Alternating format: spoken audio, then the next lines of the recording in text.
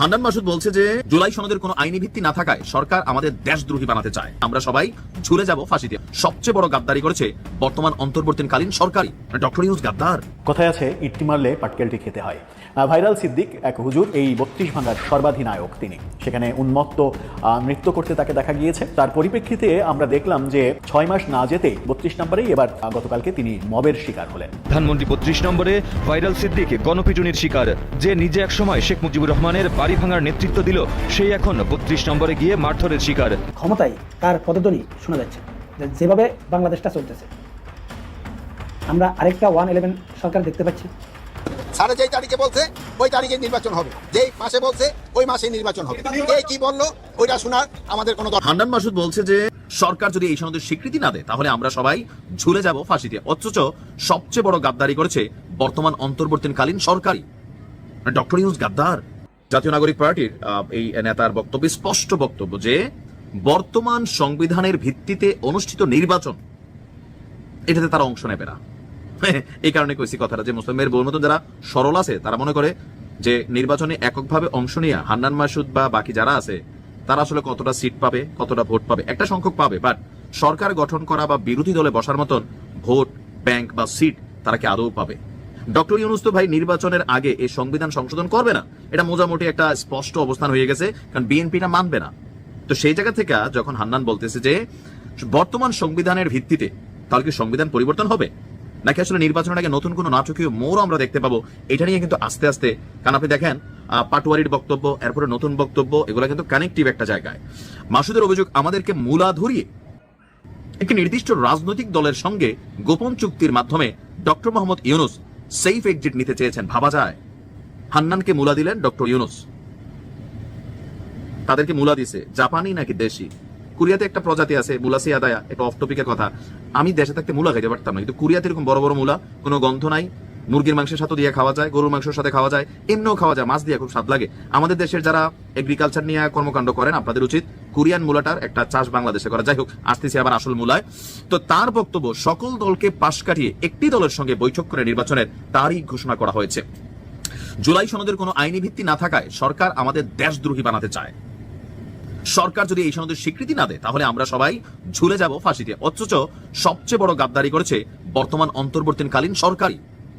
Doctor Yunus গাদ্দার, ওনার নেতৃত্বে সরকার গাদ্দার। হান্নান কান্না করার সুযোগ নাই, হান্নান এখন নেতা হয়ে গেছে। হান্নান বলছে যে সংবিধানের অধীনে অন্তর্বর্তীকালীন সরকার শপথ করেছে, সেটি বৈধতা পেয়েছে সংবিধানের ১০৬ অনুচ্ছেদে, কিন্তু ওই অনুচ্ছেদেই নির্বাচন পরিচালনার দায়িত্ব দেওয়া হয়নি। এখন সরকার সেই অনুচ্ছেদে নতুন ব্যাখ্যা জুড়ে হাইকোর্টের রায় এনে নির্বাচনটা দিতে চায়। এটা গর্তে ঢুকে সেফ এক্সিট নেওয়ার কৌশল। তার মানে কি ডক্টর ইউনূস কি দেশ ছেড়ে ভাইগে যাবেন? সেফ এক্সিট তো আমরা এটাই বুঝি অতীতে যা দেখছি। তার বক্তব্য হচ্ছে যে এনসিপির অবস্থান পরিষ্কার, আমরা গণপরিষদ নির্বাচনের দাবি জানিয়েছি, কিন্তু এখনো সেই বিষয়ে কোনো সমাধান হয়নি। যতদিন জুলাই সনদের আইনি স্বীকৃতি না মিলবে ততদিন আমরা কোনো নির্বাচনে অংশ নেব না। এখন জুলাই সনদের আইনি স্বীকৃতির মধ্যে অনেকগুলা জিনিস কানেক্টেড আছে, এখন আমি জানি না যে আসলে কোন দিকে যাচ্ছে। আর এই যে ভাষা প্রয়োগ দেখেন, যে অন্তর্বর্তীকালীন সবচেয়ে বড় গাদ্দার, মানে ডক্টর ইউনূসকে তো আপনারাই বসাইছেন, এখন কেন ওনাকে গাদ্দার মনে হচ্ছে? আপনাদের কোনো একটা দাবি যদি তারা উনি না মানেন তাহলে উনি গাদ্দার, 19% মাইন্ডকার চিপায়। এখন আসলে কি ঘটতে যাচ্ছে? নির্বাচনের আগে নতুন কোনো নাটকীয় মোড় হয়তো আসতে পারে। ভাইরাল সিদ্দিকের নাম নিশ্চয়ই আপনাদের স্মরণ আছে। ভাইরাল সিদ্দিক এক হুজুর, তিনি নিজেকে ঘোষণা দিয়েছিলেন যে এই ৩২ ভাঙার সর্বাধিনায়ক তিনি। সেখানে উন্মত্ত নৃত্য করতে তাকে দেখা গিয়েছে এবং আরও অনেক কিছু করেছিলেন। কি করেছিলেন সেগুলো নিয়ে তো আলোচনা করবই। এবং তার পরিপ্রেক্ষিতে আমরা দেখলাম যে ৬ মাস না যেতেই সেই মব তার দিকে ঘুরে আসলো এবং তাকে তাড়া করলো, তাকে গণধোলাই দিল এবং পুলিশে সোপর্দ করলো। সেই ৩২ নম্বরেই এবার গতকালকে তিনি মবের শিকার হলেন। কেন এই মানে জুলাই যোদ্ধা দাবি করা এই হুজুর মবের শিকার হলেন? তিনি তো ৩২ ভাঙার সর্বাধিনায়ক ছিলেন, তাহলে তার উপরে মব তেড়ে আসলো কেন? একটু বোঝার চেষ্টা করব। সাথে এই ১৫ আগস্টকে কেন্দ্র করে যা কিছু হলো তার ঘটনাটা অন্যরকমও হতে পারতো কিনা, অন্যরকম হলে কেমন হতো? ভাইরাল সিদ্দিক এবছরের ৫ ফেব্রুয়ারি বঙ্গবন্ধুর বাড়ি ভাঙার সময় বলেছিলেন যে প্রতিটি ইট ভাঙাতে প্রতিটি ইটে সোয়াব রয়েছে, মানে একটা ইট ভাঙলে একটা নেকি নাকি 10টা নেকি তিনি বলেছিলেন। অর্থাৎ ইট একটা সরাতে পারলেই নেকি, যে কোনোভাবে ইট সরাতে পারলেই নেকি, তিনি নেকি কামাই করতে গিয়েছিলেন তিনি। এবং সেখানে ঘোষণা দিয়েছিলেন, মিডিয়াতে বহু কথা বলেছিলেন তিনি। তার নাচ ভাইরাল হয়েছিল, তার কথা ভাইরাল হয়েছিল, ইট ভাঙলে সোয়াব হবে, নেকি কামাই করা যাবে, সেই কথা ভাইরাল হয়েছিল। নিজেকে ৩২ ভাঙার সর্বাধিনায়ক দাবি করেছিলেন। কিন্তু হঠাৎ করে গতকালকে 32-এ কি হলো যে তিনি 32-এ গেলেন আর মবের শিকার হলেন। 32-এ যে মব বাহিনী উপস্থিত ছিল সেই মব বাহিনী ভাইরাল সিদ্দিককে তাড়া করলো, এবং এমনই তাড়া, মানে স্বাভাবিক তাড়া না, তেড়ে পেড়ে একেবারে মসজিদের মধ্যে ঢুকেও রক্ষা পাননি তিনি। তাকে বেদম প্রহার করা হয়েছে। বারবার বলার চেষ্টা করেছেন আমি বিএনপি করি, আমি বিএনপি করি, আমাকে মারছো কেন, কিন্তু কেউ কোনো কথা শুনেনি, কেউ আসলে বিশ্বাস করেনি যে সে বিএনপি করে। কেন? কদিন আগেও তো আমরা ছাত্রদলের যে সমাবেশ হলো গত 3 তারিখে, সেখানেও তার উপস্থিতি দেখেছিলাম, এনসিপির সমাবেশেও তার উপস্থিতি দেখেছিলাম। সাংবাদিকরা যখন প্রশ্ন করেছিল যে এনসিপির সমাবেশ থেকে আবার বিএনপির সমাবেশে এসেছেন, এখানে আপনি কি করছেন, তখন বীর দর্পে বলেছেন আমি তো বিএনপি করি, আমি তো একেবারে জন্ম থেকে বিএনপি করি, আরও কি যেন বলেছিলেন। অর্থাৎ তিনি নিজেকে বিএনপি হিসেবে দাবি করেছেন একাধিকবার একাধিক জায়গায়। কিন্তু মুশকিল যেটা হয়েছে সেটা হচ্ছে সামাজিক যোগাযোগ মাধ্যমে তার আরেকটা ভিডিও ভাইরাল হয়েছে। ভিডিওটা সম্ভবত অনেক আগের ভিডিও। সেই ভিডিওতে তাকে বলতে শোনা গেছে এরকম যে বিএনপির বাপের ক্ষমতা নেই, জামাতের বাপের ক্ষমতা নেই, টুঙ্গিপাড়াতে এসে ভোট করে জিতবে, গোপালগঞ্জে এসে একটা আসন জেতার মতো ক্ষমতা বিএনপির বাপের নেই, জামাতের বাপের নেই। এই ধরনের কথা সম্বলিত একটা ভিডিও সামাজিক যোগাযোগ মাধ্যমে ভাইরাল হয়ে গেছে, এবং তখন থেকে প্রশ্ন উঠেছিল যে সিদ্দিক তুমি কার?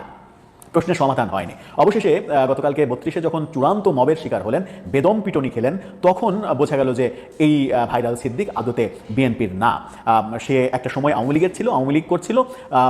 5 আগস্টে আওয়ামী লীগের পতনের পরে ভোল পাল্টে সে বিএনপি সাজার চেষ্টা করেছে, এবং 32 নম্বর বাড়ি ভেঙে সেই কৃতিত্ব দাবি করে একটা মহানায়ক সাজার চেষ্টা করেছে, যার প্রতিদান সে পেয়েছে।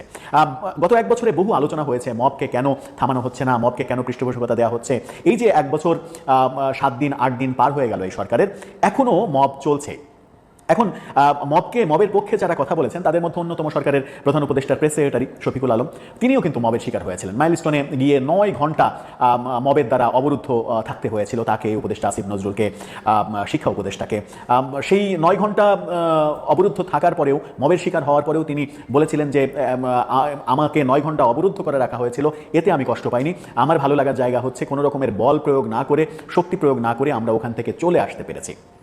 তার মানে মবকে আপনি যখন পৃষ্ঠপোষকতা দিচ্ছেন, মবকে যখন কোলের মধ্যে আদর করছেন, তখন মব আপনার দিকে একসময় ধেয়ে যাবে, এই বাস্তবতা অলরেডি প্রমাণ হতে শুরু করেছে। তাহলে প্রশ্ন হচ্ছে যে এই 15 তারিখে এসে, 15 আগস্টে এসে 32 নম্বরে আবার নতুন করে মবের আয়োজন কেন করা হলো? সেখানে ডিজে পার্টি করা হলো, উল্লম্ফন দেখা গেল, বহু কিছু দেখা গেল। আনন্দ প্রকাশ করতেই পারেন, একজন শোক প্রকাশ করবে, আপনি আনন্দ প্রকাশ করবেন, এটা করতেই পারেন, এটা আপনার নাগরিক অধিকার। যেমন 15 আগস্টে জাতি এমনিতেই দ্বিধাবিভক্ত, বিএনপি চেয়ারপারসন খালেদা জিয়ার জন্মদিন পালন করে, আওয়ামী লীগ জাতীয় শোক দিবস পালন করত। আওয়ামী লীগের জন্য এটা শোকের দিন, বিএনপির জন্য এটা খুশির দিন। তো শোক এবং খুশি যদি ইন্ডিভিজুয়ালি আলাদা আলাদাভাবে শান্তিপূর্ণভাবে পালন করে তাহলে কিন্তু সমস্যা হয় না। সমস্যা হচ্ছে যে একজনেরটা নিয়ে আরেকজন যখন বাড়াবাড়ি করতে যাবে। এখন হয়তো আওয়ামী লীগের সময় খারাপ, তাই আওয়ামী লীগের ওপরে সেই বাড়াবাড়ির প্রতিক্রিয়াটা পড়ছে। এরপরে যখন আওয়ামী লীগ আবার সময় সুযোগ পাবে তখন আওয়ামী লীগ ঠিক একই কাজটা করবে। এটাই আমাদের রাজনীতির কালচার হয়ে গেছে। এখন একটা খবর সামাজিক যোগাযোগ মাধ্যমে বেশ প্রচার হচ্ছে যে বঙ্গবন্ধুর এই শোকের যে পোস্ট, ফেসবুকে পোস্ট, এরই মাঝে লক্ষ লক্ষ পোস্ট সামাজিক যোগাযোগ মাধ্যমে দেখা যাচ্ছে, এবং কেউ কেউ বলার চেষ্টা করছেন যে এখন পর্যন্ত 27 লক্ষ এরকম পোস্ট করেছে, এবং সেখানে কোটি কোটি রিয়াক্টের ঘটনা ঘটেছে। 27 লক্ষতে প্রায় তা বলার চেষ্টা করছে সব পোস্ট মিলিয়ে 27 কোটিরও বেশি শোকের যে কমেন্ট কিংবা রিয়াকশন এগুলো পড়েছে। হয়তো আওয়ামী পক্ষই এগুলো প্রচার করার চেষ্টা করছে, আমি এতটা ধরলাম না। কিছু হলেও তো ঘটেছে, একটা মানে ভার্চুয়াল বিপ্লব যে ঘটে গেছে সেটা কিন্তু লক্ষ্য করা যায়। কেন ঘটলো? বাংলাদেশের যে সকল, আমি যদি সাংস্কৃতিক অঙ্গনের তারকাদের ধরি, বিভিন্ন সাংবাদিক, বিভিন্ন শ্রেণী পেশা, সাধারণ মানুষ যারা আওয়ামী লীগ করেন না, এই মানুষগুলো কেন ফেসবুকে এত উদ্বুদ্ধ হলেন? কেন ফেসবুকে শোক প্রকাশ করতে কিংবা বঙ্গবন্ধুর ছবি পোস্ট করতে, 2 লাইন লিখতে কেন উদ্বুদ্ধ হলেন? এই উদ্বুদ্ধ হওয়ার পেছনে কি কারণ 14 আগস্ট রাত থেকে সারা রাত এবং 15 আগস্ট সারাদিন 32 নম্বরে যে বাড়াবাড়ি করা হলো, সেই বাড়াবাড়ির একটা নীরব প্রতিবাদ যে আমাদের কিছুই করার নেই, তোমরা তোমাদের বাড়াবাড়িটা করো, যেহেতু তোমাদের ক্ষমতা আছে তোমরা করো, কিন্তু আমরা নীরবে এর প্রতিবাদ জানাচ্ছি যে এটা ঠিক হয়নি। সারা যেই তারিখে বলছে ওই তারিখে নির্বাচন হবে, যেই মাসে বলছে ওই মাসে নির্বাচন হবে, কে কি বললো ওইটা শোনার আমাদের কোনো দরকার নেই।